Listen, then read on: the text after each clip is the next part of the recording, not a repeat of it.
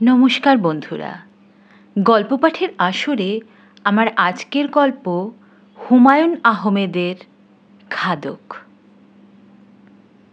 আমি লোকটার বয়স আন্দাজ করার চেষ্টা করছি। তার তেমন প্রয়োজন ছিল না। লোকটির বয়সে আমার কিচ্ছু আসে যায় না, তবু প্রথম দর্শনে কেন যেন বয়স জানতে ইচ্ছে করে। তবে লক্ষণীয় ব্যাপার হলো লোকটিকে বেশ ঘটা করে আনা হয়েছে, দাঁড় করিয়ে দেওয়া হয়েছে আমার সামনে। আমাদের ঘিরে মোটামুটি একটা ভিড়। লোকটির জলজলে চোখে আমার দিকে তাকিয়ে আছে, মুখ হাসি হাসি। সেই হাসির আড়ালে গোপন একটা অহংকারও আছে। কিসের অহংকার কে জানে। খোন্দকার সাহেব আমার দিকে তাকিয়ে ভারী গলায় বললেন, এই সেই লোক। আমি বললাম, কোন লোক? খাদক। আমি বিস্মিত হয়ে বললাম, খাদক মানে? খোন্দকার সাহেব অবাক হয়ে বললেন, এর মধ্যেই ভুলে গেছেন? রাতে আপনাকে বললাম না, আমাদের গ্রামে একজন বিখ্যাত ব্যক্তি আছে, নাম করা খাদক। আমার কিছুই মনে পড়ল না। খোন্দকার সাহেব লোকটি ক্রমাগত কথা বললেন।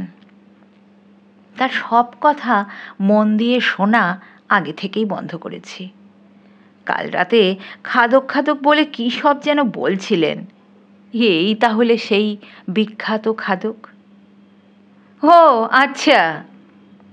আমি ভালো করে খাদকের দিকে তাকালাম। রোগা বেটে খাটো একজন মানুষ, মাথায় চুল নেই, সামান্য গোঁপ আছে। গোঁপ এবং ভুরুর চুল সবই পাকা। পরিষ্কার একটা পাঞ্জাবি গায়ে। শুধু যে পরিষ্কার তাই না, ইস্ত্রি করা। পরনের লুঙ্গি গাঢ় নীল রঙের, পায়ে রাবারের জুতো। জুতো জোড়াও নতুন, সম্ভবত বাক্সে তুলে রাখা হয়। বিশেষ বিশেষ উপলক্ষে পায়ে দেওয়া হয়, যেমন আজ দেওয়া হয়েছে। আমি বললাম, আপনার নাম কি? আমার নাম মতি, খাদক মতি। এই বলেই সে এগিয়ে এসে আমার পা ছুঁয়ে সালাম করল। বুড়ো একজন মানুষ আমার পা ছুঁয়ে সালাম করবে, আমি এমন কোনো সম্মানিত ব্যক্তি না। খুবই হকচকিয়ে গেলাম। অপ্রস্তুত গলায় বললাম, এসব কি করছেন? লোকটি বিনয়ে নিচু হয়ে বলল, আপনি জ্ঞানী লোক, আমি আপনার পায়ের ধুলো। বলেই সে হাত কচলাতে লাগলো। তার বলার ধরন দেখেই বোঝা যাচ্ছে এ জাতীয় কথা সে প্রায়ই বলে। অতীতে নিশ্চয়ই অনেককে বলেছে, ভবিষ্যতেও বলার ইচ্ছা রাখে। হুজুর, আপনি অনুমতি দিলে পায়ের কাছে একটু বসি। আরে বসুন বসুন, অনুমতি আবার কিসের? লোকটি বসে মাটির দিকে তাকিয়ে রইল, একবারও চোখ তুলে চাইল না। তার বিনয় দেখার মতো ব্যাপার। আমার বিরক্তির সীমা রইল না। গত দুদিন ধরে আমি এই অজপাড়া গায়ে আটকা পড়ে আছি। লঞ্চে এখান থেকে আটপাড়া যাওয়ার কথা, লঞ্চের দেখা নেই। আছি খোন্দকার সাহেবের পাকা দালানে। ইনি এই অঞ্চলের একজন পয়সাওয়ালা মানুষ, নিজের মায়ের নামে স্কুল দিয়েছেন। খোন্দকার সাহেব আমার অতি দূর সম্পর্কের আত্মীয়, কিন্তু তাতে কোনো অসুবিধা নেই। আদর যত্নে অতিষ্ঠ হয়ে উঠেছি। এর সঙ্গে যোগ হয়েছে গ্রামের দর্শনীয় বস্তুর সঙ্গে আমার পরিচয় করিয়ে দেবার পালা। অনেক দর্শনীয় জিনিস এর মধ্যে দেখে ফেলেছি। ভাঙা কালী মন্দির, যেখানে কিছুদিন আগেও নাকি নরবলি হয়েছে। একটা অচিন বৃক্ষ, সে অচিন বৃক্ষ নাকি এক জাদুকর কামরূপ থেকে এনে পুঁতেছেন, যার ফল খেয়ে জীবন স্থির থাকে। তবে এই ফল এখনো কেউ খায়নি, কারণ গাছটায় ফল হচ্ছে না। তেঁতুল গাছের মতো গাছ, দর্শনীয় কিছু নয়, তবু ভাব দেখলাম যে পৃথিবীর সপ্তম আশ্চর্য যেন দেখছি। একজন দর্শনীয় বস্তু এই মুহূর্তে আমার পায়ের কাছে মাথা নিচু করে বসে আছে। লোকটি নাকি বিখ্যাত খাদক। এক বৈঠকে আধ মন গোশত খেতে পারেন। আমি বিন্দু মাত্র উৎসাহ বোধ করছি না, কিন্তু খোন্দকার সাহেবের উৎসাহ সীমাহীন। তিনি অহংকার মেশানো গলায় বললেন, মতি মেডেল পেয়েছে 3টা। এই প্রফেসর সাহেবকে মেডেল দেখা। মতি মিয়া পাঞ্জাবির পকেট থেকে মেডেল বের করল। মনে হচ্ছে মেডেল তার পকেটেই থাকে, কিংবা আমাকে দেখানোর জন্যই সঙ্গে করে নিয়ে আসা হয়েছে। একটা মেডেল দিয়েছেন নেত্রেকোনার সিও রেভিনিউ একটা আজিজিয়া স্কুলের হেডমাস্টার। অন্যটিতে নামধাম কিছু লেখা নেই। আমার মেজাজ খারাপ হয়ে গেল। একজন লোক বেশি পরিমাণে খায় বলেই তাকে মেডেল দিতে হবে? দেশটা যাচ্ছে কোন দিকে? খোন্দকার সাহেব বললেন, অনেক দূর দূর থেকে লোক এসে মতিকে হায়ার করে নিয়ে যায়। কেন? বাজির খাওয়া হয়। মতি যায়, বাজি জিতে আসে। বরযাত্রীরা সঙ্গে করে নিয়ে যায়। মতি সঙ্গে থাকলে মেয়ের বাড়িতে খাওয়া দাওয়া শর্ট পড়ে। মেয়ের বাপের একটা অপমান সবাই চায়। কিছু না বললে ভালো দেখায় না, বলেই ফেললাম, ইন্টারেস্টিং মনে হচ্ছে। খোন্দকার সাহেব বললেন, মতির রোজগারও খারাপ না। হায়ার করতে হলে তার রেট হচ্ছে 20 টাকা। দূরে কোথাও নিয়ে যেতে হলে নৌকায় আনা নেওয়ার খরচ দিতে হয়। আমি বললাম, এটাই কি প্রফেশন নাকি? আর কিছু করে না? জবাব দিল মতি মিয়া বিনয় বিগলিত গলায়, খাওয়ার কাম ছাড়া কিচ্ছু করি না। করো না কেন? একসাথে 2-3টা কাম করলে কোনোটাই ভালো হয় না। আল্লাহ তাআলা একটা বিদ্যা দিছে, খাওনের বিদ্যা, অন্য কোনো বিদ্যা দেয় নাই। আল্লাহ তাআলার প্রদত্ত বিদ্যার অহংকার মতি মিয়ার চোখে চিকচিক করতে লাগলো। আমি হাসবো না কাঁদবো বুঝতে পারলাম না। পাগলের প্রলাপ নাকি? খোন্দকার সাহেব দরাজ গলায় বললেন, সন্ধ্যাবেলায় মতি মিয়ার খাওয়ার ব্যবস্থা করেছি, নিজের চোখে দেখেন। শহরের 10 জনের কাছে গল্প করতে পারবেন। গ্রাম দেশেও দেখার জিনিস আছে প্রফেসর সাহেব। তা তো নিশ্চয়ই আছে, তবে ভাই আমাকে দেখানোর জন্য কিছু করতে হবে না, শুনেই আমার আক্কেল গুরুম। না দেখলে কিছু বুঝবেন না। আধমন রান্না করা গোস্ত যে কতখানি সেটা দেখার পর বুঝবেন মতি মিয়া কোন পদের জিনিস। কিরে মতি, পারবি তো? মতি হাসি হাসি মুখে বলল, আপনাদের 10 জনের দোয়া। খাওয়ার পর 2 সের চমচমও খাবি। বিদেশি মেহমান আছে, দেখিস বেইজ্জত যেন না হই। গ্রামের ইজ্জতের ব্যাপার। আলহামদুলিল্লাহ, দরকার হইলে জীবন দিয়া দিমু। একটা লোক জীবন বাজি রেখে খাবে আর আমি বসে বসে দেখব? এর মধ্যে আনন্দের কিছু খুঁজে পাচ্ছিলাম না। ব্যাপারটা কুৎসিত। যদিও অনেক কুৎসিত দৃশ্য আমরা আগ্রহ করে দেখি। মেলায় বা সার্কাসে বিকলাঙ্গ বিকট দর্শন শিশুদের অনেকে আগ্রহ করে দেখতে আসে। এখানেও তাই হবে। মতি মিয়াকে ঘিরে ধরবে একদল মানুষ, তার সাথে আমাকেও বসে থাকতে হবে, উৎসাহ দিতে হবে। ভাগ্যিস সঙ্গে ক্যামেরা নেই, ক্যামেরা থাকলে ছবিও তুলতে হতো। গ্রামে বেশ সাড়া পড়ল মনে হলো। খোন্দকার সাহেব একটা গরু জবাইয়ের ব্যবস্থা করলেন। চমচম আনতে লোক চলে গেল। খোন্দকার সাহেব বললেন, মতি, আস্ত গরু খেতে পারবি? বিশিষ্ট মেহমান আছে, তার সামনে একটা রেকর্ড হয়। ঢাকায় ফিরে উনি কাগজে লিখে দেবেন। আমি ভয় পেয়ে বললাম, আস্ত গরু খাবার দরকার নেই, একটা কেলেঙ্কারি হবে। আরে না না, মতিকে আপনি চেনেন না, ও ইচ্ছা করলে হাতিও খেয়ে ফেলতে পারে। বিরাট খাদক, অতি ওস্তাদ লোক। এরকম ওস্তাদ বেশি না থাকাই ভালো, খেয়েই সব শেষ করে ফেলবে। আরে না, খাওয়াবে কে বলেন ভাই? খাওয়ানোর লোক আছে? লোক নেই, খাদ্য খাওয়াও নেই। এই যে গরু জবাই দিলাম, তার দাম 3,000 টাকা। দেশের অবস্থা খুব খারাপ রে ভাই। রান্নার আয়োজন চলছে। মতি মিয়া বসে আছে আমার সামনে, হাসি হাসি মুখে। মাঝে মাঝে বিড়ি খাবার জন্য বারান্দায় উঠে যাচ্ছে, আবার এসে বসছে।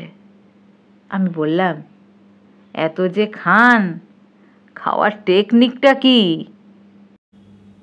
মতি মিয়া নড়ে চড়ে বসল, উৎসাহের সঙ্গে বলল, গোস্ত চিপা দিয়া রস ফেলাইয়া দিতে হয়, কিছুক্ষণ পর পর একটু কাঁচা লবণ মুখে দিতে হয়, পানি খাওয়া নিষেধ। তাই নাকি? জি, আর চিবাইতে হয় খুব ভালো কইরা। গোস্ত যখন মুখের মধ্যে তুলার মতো হয় তখন গিলতে হয়। কায়দা কানুন তো অনেক আছে দেখছি। বসারও কায়দা আছে।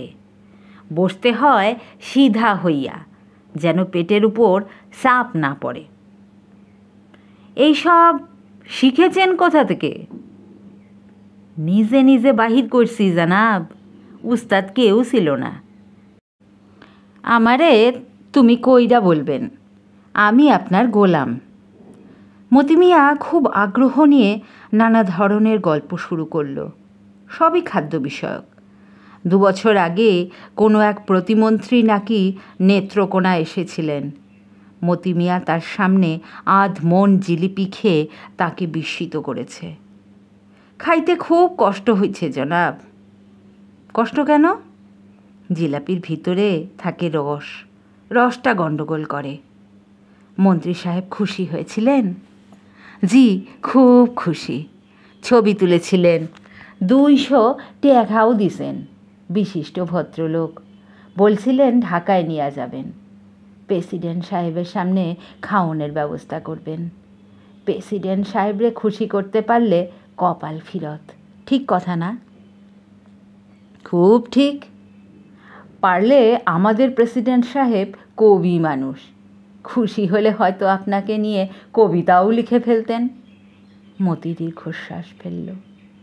আমি বললাম, আপনার ছেলে মেয়ে কি, তারাও কি খাদক নাকি? জি না, তারা না খাওয়ন্তির দল, খাইতে পায় না। কাজ কাম তো কিছু করি না, খাওয়ামুখী। তারা হইল গিয়ে আফনের দেহক। সেটা আবার কি?